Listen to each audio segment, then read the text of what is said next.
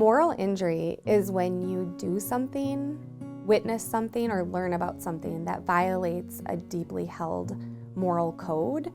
It's this experience of being very disappointed in something that you've done or something that you didn't do, and often leads to people feeling this intense shame or guilt, and might lead to behaviors like withdrawing from society. So when we see people who feel moral injury, they might feel as if that the thing that they did has led to them being a bad person, and you might see them like withdraw from their family or kids or doing things that were important to them because they don't want to contaminate other people.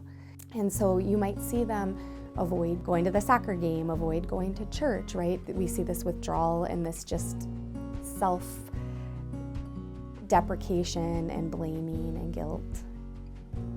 Moral injury shows up very commonly in military service members. So moral injury, the concept was first developed around the Vietnam era when veterans were coming back, maybe not qualifying for PTSD, but they were feeling as if the things that they did in a combat setting were just so different than the people that they wanted to be.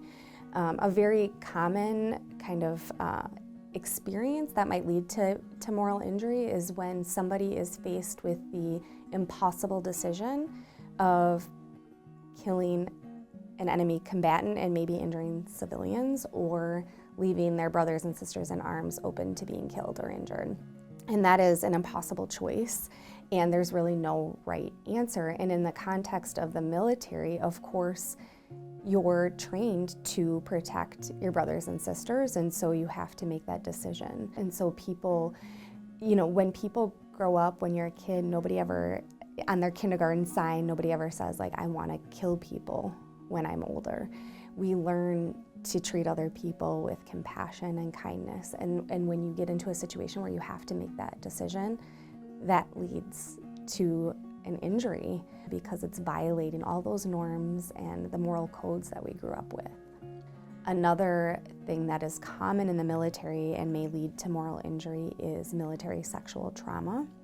And that is important to bring up because when you go to basic training or boot camp, you're indoctrinated into this code of conduct, these values, and especially that this is your family and you have each other's backs no matter what. And when a service member assaults another service member, the person who is the victim and becomes the survivor in that situation feels like there must be something wrong with me that I wasn't included in this sisterhood or brotherhood of the military, and that can lead to moral injury. The best thing that you can do to support anybody is to listen.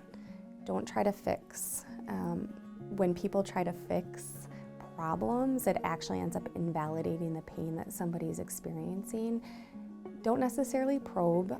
Oftentimes, especially military and veterans, don't want to talk about those experiences, but they might want to talk about the pain. And so listen, and if they're willing and able, you can give them, information that could be helpful for getting treatment. At Rogers Behavioral Health, we have developed a military and veteran program specifically to help treat moral injury in our military and veterans.